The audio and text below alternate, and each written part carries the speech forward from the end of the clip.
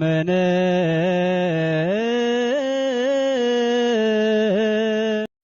በስመ አብ ወወልድ ወመንፈስ ቅዱስ አሐዱ አምላክ አሜን። የእግዚአብሔር ቤተሰቦች የእናታችን የእመቤታችን የቅድስት ድንግል ማርያም የአስራት የቃል ኪዳን ልጆች የቅዱሳን የጻድቃን የሰማዕታት እንዲሁም የቅዱስ መስቀል ወዳጆች በልዑል እግዚአብሔር ፍጹም ሰላምታ እንደምን አላችሁ? አሜን። የእግዚአብሔር አምላካችን ስም የተመሰገነ ይሁን። ዛሬ እንግዲህ በተለየ ቪዲዮ ተገናኝተናል። ይህም እንግዲህ አምስቱን አዕማደ ምስጢራት በአንድ ላይ አጠቃለን በተወሰኑ ደቂቃዎች ለመማማር እንሞክራለን። በተቻላችሁ መጠን እስከ መጨረሻው ለማየት ሞከሩ።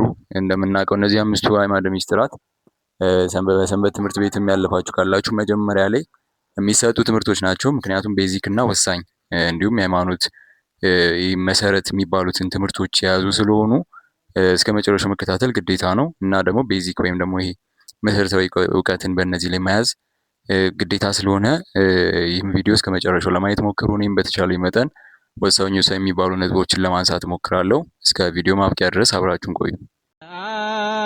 አመነ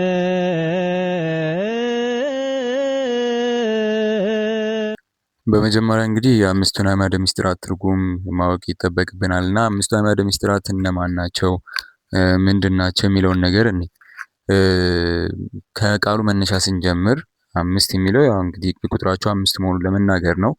አዕማድ ወይም አዕማደ ምስጢራት ስንል ደግሞ ምንድን ነው? የመሰረታዊ ምስጢሮች የቤተክርስቲያን መሰረታዊ ምስጢሮች ወይም ደግሞ ምሰሶ የሆኑ የቤተክርስቲያንን የሰሩ ምሰሶ የሆኑ ምስጢራት መሆናቸውን ለመናገር ነው እና እነዚህ ምሰሶ የተባሉ በጣም ወሳኝ መሆናቸውን ለመናገር ነው። ያለ እነዚህ እምነት የለም ወይም ሃይማኖታችን ባዶ ነው። እነዚህን አምስቱን ቤዚክ ወይም ወሳኝ የሚባሉ ነጥቦችን በማንሳት እነሱን በማመን የሚተገበሩትን በመተግበር ውስጥ ነው ቤተክርስቲያናችን የተሰራቸው። በቁጥር አምስት ናቸው ብያቸዋለሁ። የመጀመሪያው ምስጢረ ሥላሴ፣ ሁለተኛው ምስጢረ ሥጋዌ፣ ሶስተኛ ምስጢረ ጥምቀት፣ አራተኛ ምስጢረ ቁርባን፣ አምስተኛ ምስጢረ ትንሣኤ ሙታን ናቸው እና አንድ በአንድ እናያቸው። ነገር ግን ትኩረት ስለሚሹ ሁሉም ማለት ነው ትኩረት ሰጣችሁ መከታተል እንዳይረሳ። በተቻለ መጠን ትኩረት ሰጣችሁ ተከታተሉ። ከመጀመሪያው ምስጢር ስንጀምር እንግዲህ ምስጢረ ሥላሴ እናገኛለን። ምስጢረ ሥላሴ ላይ እንግዲህ ምንድነው የምናየው? የእግዚአብሔር አንድነትና ሶስትነት የምናይበት ምስጢር ነው። የእግዚአብሔር አንድነትና ሶስትነት ስንል እንዴት ነው? እግዚአብሔር አንድ ብቻ አይደለም፣ ሶስት ብቻም አይደለም። እግዚአብሔር አንድም ሶስትም ነውና ከምን አንጻር ነው አንድ የሚባለው፣ ከምን አንጻር ነው ሶስት የሚባለውን የሚለውን ነገር የምናይበት ነው ይህ ምስጢረ ሥላሴ የሚባለው ክፍል ማለት ነው። ስለዚህ ባለችን አጭር ደቂቃ ስለ ምስጢረ ሥላሴ እንነጋገር። ሌሎችንም ደግሞ ስቴፕ ባይ ስቴፕ እናያለን። ከምስጢረ ሥላሴ ስንጀምር ያው ሥላሴ የሚለው ቃል የግዕዝ ቃል ነውና ሥላሴ የሚለው ቃል ሰለሰ ወይም ደግሞ ሶስት አደረገ ከሚለው የግዕዝ ግስ የተገኘ ነውና ሰለሰ ሶስት አደረገ ወይም ደግሞ ይሄ ሶስትነትን ለመናገር ይጠቅም ዘንድ የተሰጠው ቃል ነውና ምስጢረ ሥላሴ የእግዚአብሔርን ሶስትነትና አንድነት የምንናገርበት ምስጢር ነው። እና እንዴት ነው ካላችሁኝ ደግሞ እግዚአብሔር አንድ ነው ሶስት ነው የምንለው ከምን አንጻር ነው የሚለውን ነገር እኔ በመጀመሪያ ደረጃ እግዚአብሔር አንድ ነው የምንልበትን ነገር እኔ እግዚአብሔር አንድ ነው ስንል በአምላክነት በመፍጠር ይህን ዓለም በመፍጠር ማለት ነው። አንድ ነው፣ በአንድነት ነው መፍጠራቸው፣ በአንድነት ነው። ወይም ደግሞ አብ ለብቻው ይፈጥራል፣ ወልድ ለብቻው ይፈጥራሉ፣ መንፈስ ቅዱስ ለብቻው ይፈጥራል ምናምን የሚባል ነገር የለም። በመፍጠር በአገዛዝ ይህን ዓለም በመግዛት ማለት ነው። አብ ብቻ ነው የሚገዛው፣ ወልድ ብቻ ነው የሚገዛው፣ መንፈስ ቅዱስ ብቻ ነው የሚገዛው አንልም። በአገዛዝ አንድ ነው፣ ሶስቱም ይገዛሉ። በአገዛዝ አንድ ናቸው ወይም ደግሞ በአንድነት ነው የሚገዙት። ሶስተኛ ነገር በስልጣን ይህን ዓለም በማሳለፍ እና በመሳሰሉት ይህ ከአገዛዝ ጋር በተገናኙ ነገሮች በፈቃድም ፈቃድ ማለት የአብ ፈቃድ ለብቻው ሌላ፣ የወልድ ፈቃድ ለብቻው ሌላ፣ የመንፈስ ቅዱስ ፈቃድ ለብቻው ሌላ አይደለም። በፈቃድም አንድ ናቸው እና እነዚህም በመሳሰሉ ነገሮች አንድ ናቸው። ሶስትነታቸው እስከ ምን አንጻር ነው ከተባለ ደግሞ የሚነሱ የተለያዩ ነገሮች አሉ። እነሱን እኔ በመጀመሪያ ደረጃ በስም ሶስት ናቸው። በስም ስንል አብ፣ ወልድ፣ መንፈስ ቅዱስ እንላለን እና ሶስት ስም አለ። ነገር ግን በአምላክነት አንድ ናቸው ብለናል። ሌላ ደግሞ ሶስት የሚያደርጋቸው ነገር ምን አለ? በአካል ሶስት ናቸው። ይህም ማለት አብ ለብቻው የራሱ አካል አለው፣ ወልድ ለብቻው የራሱ አካል አለው፣ መንፈስ ቅዱስ ለብቻው የራሱ አካል አለው እና በአካልም ሶስት ናቸው። ሶስተኛው ደግሞ ግብር ነው። በግብርም ሶስት ናቸው። ይህም ማለት የአብ ግብሩ ሌላ ነው፣ የወልድ ግብሩ ሌላ ነው፣ የመንፈስ ቅዱስ ግብሩ ሌላ ነው ማለት ነው። እንዴት ነው? አብ ወልድን ይወልዳል፣ መንፈስ ቅዱስን ደግሞ ያሰርጻል። አብን ወልዷል፣ መንፈስ ቅዱስን አስርጿል ወይም ደግሞ አስገኝቷል። የወልድ ግብሩ ደግሞ ከአብ መወለድ ነው። ተወልዷል፣ ከአብ ተወልዷል ከዓለም በፊት ማለት ነው። ጊዜ ምናምን የሚባል ይሄ እንደ ሰው ከ10 ዓመት በፊት ምናምን የሚባል ጊዜ የለውም። እሱ የማይመረመር ሚስጥር ነው፣ የማናውቀው ነው። ከዓለም በፊት ነው እና ጥንት ጊዜ የለውም። መንፈስ ቅዱስ ደግሞ ከአብ መገኘት ነው ወይም ደግሞ መስረጽ ነው ግብራቸው ማለት ነው። የማይነጣጠል ግብር ነው። አብ ወልድን ይወልዳል፣ መንፈስ ቅዱስን ያሰርጻል። ወልድ ከአብ ይወለዳል፣ መንፈስ ቅዱስ ደግሞ ከአብ ይሰርጻል ማለት ነው።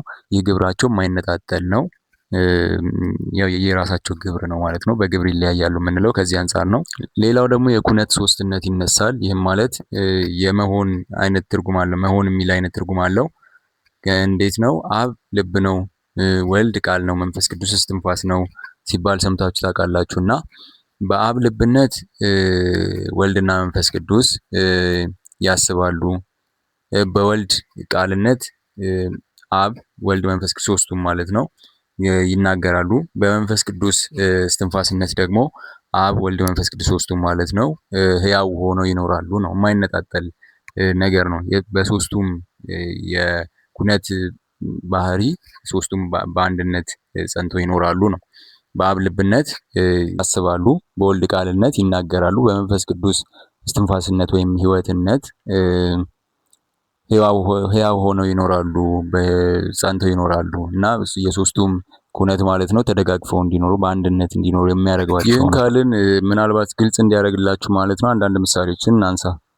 ማለትም በዓለም ላይ የምናውቃቸው ነገሮች ማለት ነው ሚስጥረ ሥላሴን ለማንሳት ለመግለጽ ግልጽ ለማድረግ የሚጠቀሱ ምሳሌዎች አሉ። እነሱን እናንሳ።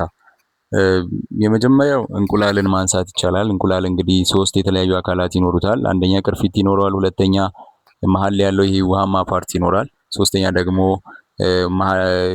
መጨረሻው ፓርት ወይም ከውስጥ ያለው አስኳል የምንለው ማለት ነው። 3 የተለያዩ አካላት አለው። ግን አንድ እንቁላል ተብሎ ይጠራል። ከ3 የተለያዩ ነገሮች ቢሰራም ነገር ግን አንድ እንቁላል ተብሎ ይጠራል እና ሚስጥረ ሥላሴ ላይ 3 የተለያዩ አካላት ቢኖሩም አንድ አምላክ እግዚአብሔር አለ እንላለን እንጂ 3 አካላት ስላሉ 3 አምላክ አለ አንልም። በሁለተኛ ደረጃ ፀሐይን ማንሳት ይቻላል። ፀሐይም እንደምናውቀው ክበብ አላት፣ ሙቀት አላት፣ ብርሃን አላት እና እነዚህ የተለያዩ 3 አካላት ቢኖራትም አንድ ፀሐይ እንጂ 3 ፀሐይ አንላትም።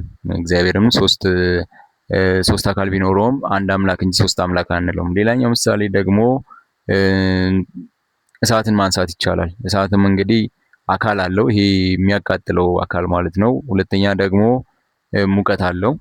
እሳት እንግዲህ እንደምናውቀው ያቃጥላል፣ ሙቀቱ እሱ ነው። ብርሃን ደግሞ አለው፣ እሳት ባለበት ብርሃን አለ እና ሶስተኛው ደግሞ እሱ ሊነሳ ይችላል እና እነዚህ የተለያዩ 3 ነገሮች ቢኖሩትም አንድ እሳት ተብሎ ይጠራል። እነዚህ ያነሳናቸው ምሳሌዎች ማለት ነው 3 የተለያዩ አካላት ቢኖራቸውም አንድ እንቁላል፣ አንድ እሳት፣ አንድ ፀሐይ ተብለው ይጠራሉ እንጂ 3 ተብለው አይጠሩም እና ከዛ አንጻር ሚስጥረ ሥላሴም ለማስረዳት እነዚህን ነገሮች እንጠቀምበታለን።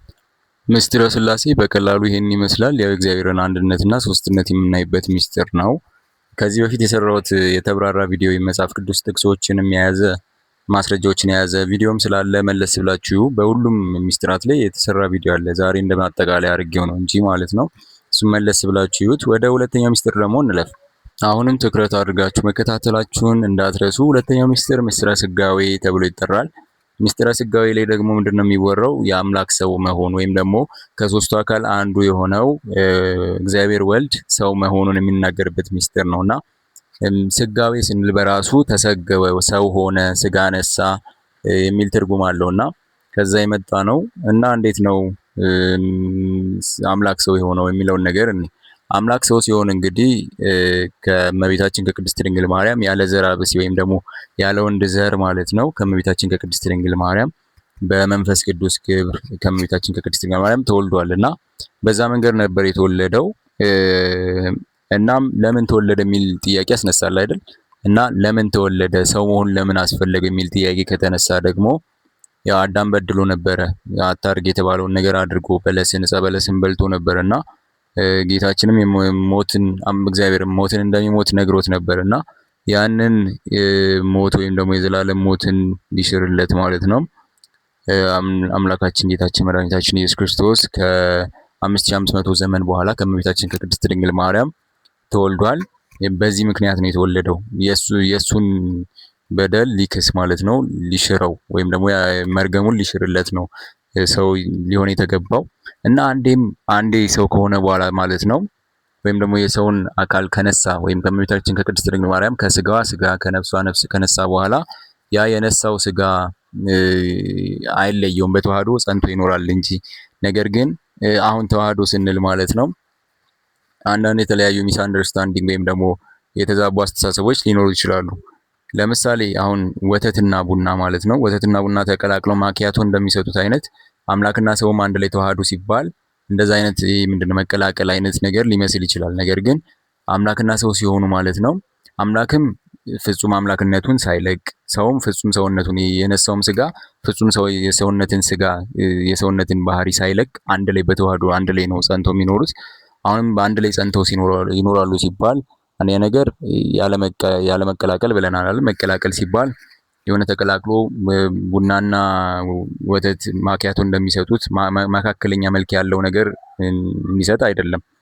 ያው ሁለቱም ጸንተው ለየብቻ በተዋህዶ አንድ ላይ ሆነው ግን ባህሪያቸውን ሳይለቁ ይኖራሉ። ሁለተኛ ደግሞ ያለ መደራረብ፣ ይህ ማለት መለኮት ስጋ ላይ የተደረበ ምናምን የሚባል ነገር የለም።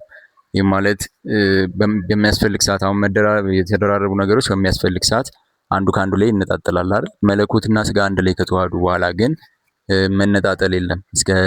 እስከ መጨረሻው ድረስ አይነጣጠልም። አንድ የተዋህደውን ስጋ አይነጥለውም ማለት ነው። በዛ መንገድ ይኖራል። ሌላው ደግሞ ያለመለያየት ነው የሚኖረው። ያለመለያየት ሲባል እንዴት ነው? አሁን ብሎን የታሰረበት ብረት ካለ እሱን አሁን በመፍቻ ነጥለን ማውጣት እንችላለን አይደል? መለኮትና ስጋ አንዴ ከተዋህዱ በኋላ ግን የሚነጣጠሉ አይደለም። ያለመለያየት ነው ጸንተው የሚኖሩት ማለት ነው። የተለያዩ ነገሮች ይነሳሉ፣ ከነሱ የነጻ ነው። ተዋህደ ሲባል መለኮትም መለኮትነቱን ሳይለቅ ስጋም ይሄ ስጋ ባህሪም ደግሞ ይሄ በስባሹ ስጋ ማለት ነው። እሱም ደግሞ አካሉ ፍለሽ የምንለው ማለት ነው። እሱም ደግሞ እሱንም ሳይለቅ ነው። ሁለቱም በፍጹም ባህሪያቸው አንድ ላይ ነው የሆኑት ማለት ነው። ለዚህ ምሳሌ የሚነሱ ነገሮች ይኖራሉ። እነሱን አንድ በአንድ እንይ። የመጀመሪያው የጋለ ብረት ነው። የጋለ ብረት ስናየው እንግዲህ ከሁለት የተለያዩ ነገሮች ነው ተዋህዶ የተገኘው። ይህም ማለት እሳትና ብረት ከሚባሉ ነገሮች ማለት ነው። የተለያዩ ነገሮች ናቸው። እሳት የማይጨበጥ አካል ነውና ብረት ደግሞ የሚጨበጥ የሚታይ ነውና እሳቱን በመለኮት ወይም በአምላክ በእግዚአብሔር ወልድ መመሰል እንችላለን።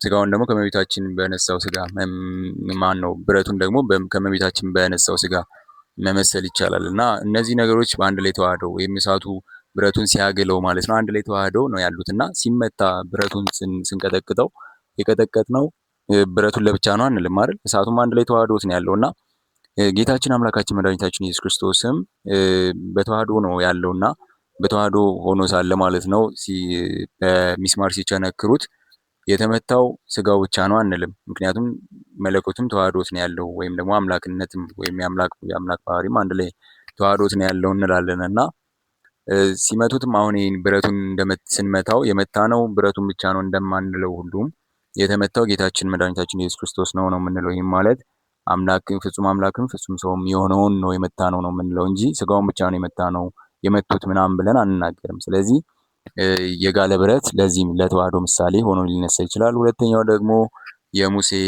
ሙሴ ያየው እጽ ወይም ደግሞ ሳትቃጠል ያያት እጽ ተብላ እንደውም በእመቤታችን ውዳሴ ማርያም ላይ ይነሳል። የማክሰኞ ላይ ይመስለኛል። እና እሱም እንዴት ነው? ሙሴ ኮሬብ በሚባል ተራራ ላይ ወጥቶ እግዚአብሔር እንዲወጣ አዞት ማለት ነው። ወጥቶ ያየው ሐመልማል ነበረ። ሐመልማል ቅጠል ወይም ቁጥቋጦ ብቻ ቅጠል ብላችሁ ያዙት ተክል ማለት ነውና ያ ተክል እሳት እየነደደበት ነው።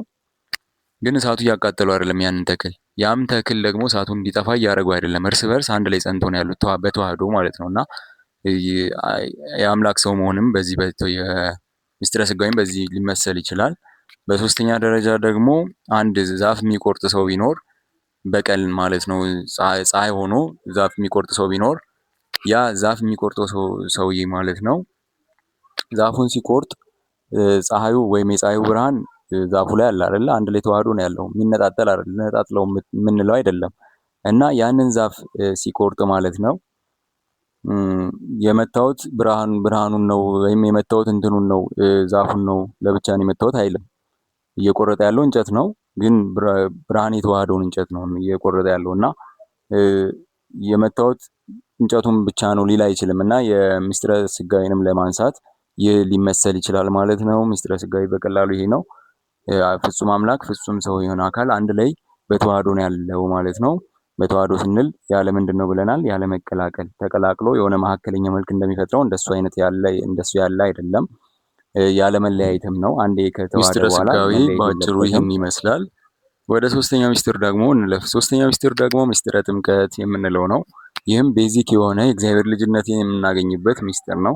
እንግዲህ በ40 በ80 ቀናችን ወይም ደግሞ የሆነ ሰው ከሌላ እምነት ሲመጣ የሚጠመቀው ያለ ምክንያት ወይም ዝም ብሎ በስርዓት ሆኖ አይደለም። የእግዚአብሔር ልጅነትን ለማግኘት ይልቁንም የእግዚአብሔር ልጅነትን አግኝተን የክርስቲያን ህብረትን ለመቀላቀል ነው እንጂ ጀስት ባህል ስለሆነ ወይም ደግሞ የክርስቲያኖች ስርዓት ምናምን ብቻ ስለሆነ አይደለም። የእግዚአብሔር ልጅነትን ለማግኘት ነው የምንጠመቀው እና ቤዚክ ነገሩ እሱ ነው። የእግዚአብሔር ልጅነትን ለማግኘት የክርስትናን ህብረት ለመቀላቀል እንዲሁም ደግሞ ከአዳም የመጣብንን መርገም በጥምቀቱ ምክንያት እንዲወገድልን ነው። ወይም ደግሞ ይሄ መርገም ወይም ኃጢአት ተብሎ የሚጠራው ማለት ነው። እሱ እንዲወገድልን እንጠመቃለን እና ምሳሌው ምንድነው? ወይም ደግሞ መነሻው ጌታችን አምላካችን መድኃኒታችን ኢየሱስ ክርስቶስ በባህረ ዮርዳኖስ ወይም ደግሞ ዮርዳኖስ በሚባለው ባህር ተጠምቋልና እሱ ተጠምቆ ምሳሌ ሆኖልን ማለት ነው። እኛም በዛ መንገድ እንጠመቃለን። ነገር ግን መጽሐፍ ቅዱሳዊ መነሻ አለው ወይም ደግሞ የእግዚአብሔር ልጅነት ልናገኝ ነው ስንል ዝም ብለን ከመሬት አንስተን አይደለም። መጽሐፍ ቅዱሳዊ መሰረት አለው። እሱም ጌታችን ከውሃና ከመንፈስ ካልተወለደ በስተቀር ሰው የእግዚአብሔር መንግስት ሊያይ አይችልም ብሎ ተናግሯል። የዮሐንስ ወንጌል ምዕራፍ 3 ቁጥር 5 ላይ ማየት ይቻላል እና ከዛ አንጻር ነው የእግዚአብሔር ልጆች እንድንባል ዳግም እንድንወለድ ካልተወለደ በስተቀር ሲልም ያው ዳግም መወለድን ነው ማለት ነው። ከውሃና ከመንፈስ በእግዚአብሔር አማካኝነት የእግዚአብሔር ልጆች ለመባል ወይም የእግዚአብሔር ልጅነትን ለማግኘት ነው የምንጠመቀው ማለት ነው። ያልተጠመቁት ይህ ልጅነት አይሰጣቸውም አይኖራቸውም ማለት ነው። ስለዚህ ጥምቀት በዚህ ልክ አስፈላጊ ነው። ምስጢረ ጥምቀት ይህን የምናይበት ምስጢር ነው እና ምስጢረ ጥምቀት ላይ አያይዞ ደግሞ የሚነሱ የተለያዩ ነገሮች ይኖራሉ። ለምሳሌ የህፃናት ጥምቀት አስፈላጊ ነው አይደለም የሚል ነገር ይነሳል እና ጌታችን እዚህ ጋር ሲናገር ሰው ከውሃና ከመንፈስ ካልተወለደ በስተቀር የእግዚአብሔር መንግስት አያይም የሚል ነገር ተናግሯል እና ህፃናት አዋቂ የሚል ነገር ለይቶ አልተናገረም እና ምናልባት በፕሮቴስታንቲዝም አስተሳሰብ ወይም በጴንጤ ምናምን ብለን በምንጠራቸው አካላት ማለት ነው በጣም የሚነሳ ነገር ነው። ያመነ የተጠመቀ ይድናል የሚለውን ህፃናት እንዴት ሊያምኑ ይችላሉ በጨቅላነታቸው የሚል ጥያቄ ያነሳሉ እና ያመነ የተጠመቀ ይድናል የሚለው ጥቅስ በራሱ የተነገረው ከምን አንጻር ነው? ሐዋርያት ወደ ዓለም ሄደው እንዲሰብኩና እንዲያሳምኑ አሳምነውም እንዲያጠምቋቸው ሲናገሩ ነው። ስለዚህ ከክርስቲያን ህብረት ለመጨመር የእግዚአብሔር ልጅ ለመሆን ኃጢአት እንዲወገድልን የቀደመው መርገም እንዲወገድልን ጥምቀት ያስፈልገናል ማለት ነው። ቤዚክ ነገር ነው። እንግዲህ ከጥምቀት ጋር ተያይዞ ለምን በ40 ቀን እንጠመቃለን፣ በ40 በ80 ቀን ለምን እንጠመቃለን የሚል ጥያቄ ይነሳል አይደለ? ከሱም አንጻር እንግዲህ የቤተክርስቲያን ማብራሪያ አለ፣ ስርዓት አለ፣ በትውፊት የመጣ ማለት ነው። ከምን አንጻር ነው የሚለውን እስቲ አጠር ያለች ቪዲዮ አግኝቼላችኋለሁ እና እሷን እኔ ጥምቀት በ40 በ80 ቀን የሚሆንበት ምክንያት ምንድነው? 40 እና 80 ቀኑ የተመረጠበት መነሻ ሐሳብ ምንም በማስመልከት ነው የሚለውን ጉዳይ በዛሬው ቪዲዮ ትምህርታችን በጣም ባጭሩ እንመለከታለን። ተከታተሉ። እንግዲህ ህፃናት በ40 በ80 ቀን መጠመቅ ከቤተክርስቲያናችን ስርዓት አንዱ ነው። በዚህ ጉዳይ ላይ የመጀመሪያውና ትልቁ ልናውቀው የሚገባን ጉዳይ ህፃናት መጠመቅ አለባቸው የለባቸውም የሚለውን ነገር ነው። ህፃናት መጠመቅ እንዳለባቸው ከዚህ ቀደም ቪዲዮም ሰርቼላችኋለሁ። ስለዚህ ህፃናት መጠመቅ አለባቸው የሚለው ጉዳይ ላይ ከተስማማን ከመቼ ጀምሮ ይጠመቁ የሚለውን አባቶቻችን መጽሐፍ ቅዱስን መነሻ አድርገው ስርዓት ሰርተውልናል። ይህም በ40 በ80 ቀን ሊጠመቁ ማለት ነው። እዚህ መነሻ ሐሳብ በኦሪት ዘሌዋውያን ምዕራፍ 12 ቁጥር 1 እስከ 8 ላይ ስታነቡ አንዲት እናት ወንድ ልጅ ከወለደች በ40 ቀን ሴት ልጅ ከወለደች በ80 ቀን ወደ ቤተ መቅደስ መስዋዕት ይዛ እንደምትመጣ ስርዓት ተሰርቷል አይደል? የመንጻቱ ወራት የሚፈጸመው በዚያ እንደሆነ በብሉይ ኪዳን ተጽፎልናል። አዲስ ኪዳን ምንም እንኳን መርገም አለ ብለን ባናምንም አባቶቻችን በብሉይ ኪዳን ለምስጋና የሚመጣበትን ጊዜ ይዘው አንዲት እናት ወንድ ልጅ ከወለደች በ40 ቀን ሴት ልጅ ከወለደች ደግሞ በ80 ቀን እንዲጠመቁ ስርዓት ሰርተውልናል። ይህ ሲባል ግን እዚህ ላይ አንድ በጥንቃቄ መረዳት ያለብን ሐሳብ ምንድነው? ህፃኑ ለሞት የሚያሰጋ በሽታ ቢይዘው 40 ቀን ሳይጠበቅ ወይም ህፃኗ ለሞት የሚያሰጋ በሽታ ቢይዛት 80 ቀኑ ሳይጠበቅ ቀደም ብለው ሊጠመቁ ይችላሉ። የግዴታ 40 እና 80 ቀን ይሁን የሚል ስርዓት የለንም። ሌላው ደግሞ በሆነ ምክንያት ህጻናት ሳይጠመቁ 40 እና 80 ቀናቸው ቢያልፍ ደግሞ መጥተው መጠመቅ ይችላሉ በመጡበት ቀን ማለት ነው። ነገር ግን እንዳልኳችሁ መጽሐፍ ቅዱሳዊ መነሻ ያለው ሐሳብ ነው፣ ዝም ብሎ የተሰራ ስርዓት አይደለም። በተጨማሪም በመጽሐፈ ኩፋሌ ምዕራፍ 4 ቁጥር 9 እስከ 14 ላይ ስታነቡ እግዚአብሔር አምላክ አዳምን ከዚህ ምድር አፈር ካበጀው በኋላ ወደ ገነት ያስገባው በ42 እንደሆነ ሔዋንን ደግሞ ከአዳም ጎን ካስገኘ በኋላ በ80 ዕለት ወደ ገነት እንዳስገባት ተጽፎ እናገኛለን። ከዚህ አንጻር ነው ያው በ40 በ80 ቀን የምንጠመቀው ማለት ነው። ስለዚህ ያው ስርዓት ምን ያህል ጠቃሚ እንደሆነ በዚህ ማየት ትችላላችሁ። ይህ ማለት ሁሉንም ኮመን ያደርጋል ወይም ደግሞ ሁሉም ወንድ በሚጠመቅበት ሰዓት በ40 ቀኑ ይጠመቃል፣ ወንድ ልጅ ማለት ነው። ሴት ልጅ ደግሞ በ80 ቀኗ ትጠመቃለች። ይህ ማለት ስርዓት ይይዛል ነው። ሁሉም በ40 እና በ80 ቀን ያስጠምቃል። ነገር ግን ሁሉም በፈለገው ቀን ላስጠምቅ ቢል ስርዓት የሌለው ነገር ሊፈጠር ይችል ነበር እና በኦሪት የነበረውን ስርዓት ወደ አዲስ ኪዳን እያመጡ በዚህ መንገድም እያያያዙ ተፈጻሚነት እንዲኖረው ያደርጋሉ እና ከዛም አንጻር ይታያል። ጥቅሙ በዚህ መልክ ይታያል። ያው በ40 እና በ80 ቀን የምንጠመቀው ከመጽሐፍ ቅዱስ መነሻ አድርገን ነው ማለት ነው። ይህን ይመስላል ምስጢረ ጥምቀት በአጭሩ ይሄ ነው። ምናልባት የምታነሱት ጥያቄ የሆነባችሁ ነገር ካለ ስለ ምስጢረ ጥምቀት የሰማችሁትም ካለ ምናልባት ጠይቁ፣ እንወያይበታለን። ወደ ቀጣዩ ምስጢር እንለፍ። የቀጣዩ ምስጢር ደግሞ ምስጢረ ቁርባን ነው። ይህም እንግዲህ ምን እናይበታለን ምስጢረ ቁርባን ላይ ካልን ስለ ጌታችን ቅዱስ ሥጋና ስለ ክቡር ደሙ ነው የምናወራው። እንግዲህ ስለ ምስጢረ ቁርባን ስንነጋገር ጌታችን መነሻው ነው። እሱን የመሰረተው ይህንን ምስጢር ማለት ነው። መቼ ነው የመሰረተው ከተባለ ምሴተ ሐሙስ ተብሎ የሚጠራው ወይም ሐሙስ ምሽት ላይ ከመሰቀሉ አንድ ቀን ቀድሞ ነበረ ይህን ምስጢር የመሰረተው ሐዋርያትን በማቅረብ ማለት ነው። በህብስትና ወይን መልክ ነው ያንን ቅዱስ ሥጋውና ክቡር ደሙን የሰጣቸው። እንዴት ነው ካልን ህብስቱን ባርኮ ቀድሶ ፈትቶ ማለት ነው ወደ ስጋ አምላክ ወይም ወደ ራሱ ስጋ ቀይሮ፣ እንዲሁም ወይኑን ደግሞ እሱንም ደግሞ ከወይንነት ወደ ቅዱስ ደሙ ቀይሮ ሐዋርያትን በየተራ ከዛ ህብስትና ከዛ ወይን ወይም ደግሞ ከቅዱስ ሥጋውና ከክቡር ደሙ እንዲሳተፉ አድርጎ አቅርቧቸዋል ማለት ነው። የዚህም ሙሉ ታሪክ ማቴዎስ ወንጌል ምዕራፍ 26 ቁጥር 26 ላይ ማግኘት ይቻላል። ህብስቱን አንስቶ ይህ ሥጋዬ ነው ከእርሱ ብሉ እያላቸው፣ ወይኑን ደግሞ አንስቶ ይህ ደሜ ነው ከዚህ ጠጡ እና ለመታሰቢያ አድርጉት እያለ ሲናገር ታዩታላችሁ። እና ይህን ቅዱስ ሥጋና ክቡር ደም ስንቀበል አንደኛ ቅዱስ ሥጋው የራሱ አካሉ ማለት ነው እና ደሙ ነው፣ እሱን እየተቀበልን ነው። በዛ ላይ ደግሞ እሱንም እያስታወስንበት ነው ስንቆርብ ማለት ነው። ለሁለት ዓላማ እንቀበለዋለን ማለት ነው። አንደኛ ለድህነት ወይም ለኃጢአት ስርየት እንቀበለዋለን። ሁለተኛ ደግሞ እሱን ለማስታወስ እስከ ዓለም ፍጻሜ ድረስ እሱን እያስታወስን እንድንኖር እንቀበለዋለን ማለት ነው። ምናልባት በአንዳንድ እምነቶች የምታገኙት ምንድን ነው? ይህንን ለመታሰቢያነት ብቻ እንደምንቀበለው ያነሳሉ ከዚሁ ጥቅስ የተነሳ ማለት ነው። ነገር ግን ይህ ሥጋዬ ነው ደሜ ነው እያለ እየተናገረ ነው ያለው እና እነሱ ግን ደሙና ሥጋው ነው ብሎ አያስቡም። የሥጋው መታሰቢያ የደሙ መታሰቢያ ብለው ነው የሚያስቡት እና በቤተ ክርስቲያናችን ግን የሥጋውና ደሙ እንደሆነ እናምናለን። እንዲሁም ዮሐንስ ወንጌል ምዕራፍ 6 ቁጥር 54 ላይ የምታገኙት ቃል አለ። ሥጋዬን የበላ ደሜን የጠጣ የዘላለም ሕይወት አለው ብሎ በቃል ያስተማረው ማለት ነው። በሐሙስ ምሽት ከመሞቱ አንድ ቀን በፊት ወይም ከስቅለቱ አንድ ቀን በፊት ማለት ነው። በዚህ መንገድ በህብስትና በወይን መልክ ሲሰጣቸው እናያለን እና የዘላለም ሕይወት ለማግኘትም የቅዱስ ቁርባን ያስፈልጋል ማለት ነው። ሐዋርያትም በዚሁ ነገር ላይ እንግዲህ ምስክርነታቸውን ሰጥተዋል። አንደኛ ቆሮንቶስ ምዕራፍ 10 ላይም 11 ላይ የተጠቀሰ ነገር አለ ከዚሁ ጋር የተያያዘ የሚነገር ነገር ማለት ነው። ምዕራፍ 10 ቁጥር 16 ላይ ይህ የምንቀበለው ቅዱስ ሥጋና ክቡር ደም ማለት ነው ከክርስቶስ ሥጋና ደም ጋር ህብረት ያለው እንደሆነ አንድ ላይ እንደሚያስተሳስረን ይናገራል። 11 ላይ ደግሞ ምዕራፍ 11 አንደኛ ቆሮንቶስ ምዕራፍ 11 ቁጥር 27 ላይ ደግሞ ሳይገባን ይህንን ቅዱስ ሥጋና ክቡር ደም መቀበል እንደሌለብን ይናገራል። ያው ሳይገባን ሲባል በኃጢአት አድፈን ከሆነ ማለት ነው እንጂ ሳይገባን ሲባል በቅድስና ደረጃ ምናምን አይደለም። ሳይገባን ሲባል ያው ንስሐ ሳንገባ መቀበልን እንደማይገባ ሲያስጠነቅቀን ነው ማለት ነው። ሳይገባ የሚለው ይሄ ነው እና በዚህ መንገድም ስለ ቅዱስ ቁርባን ሐዋርያትም ይናገራሉ።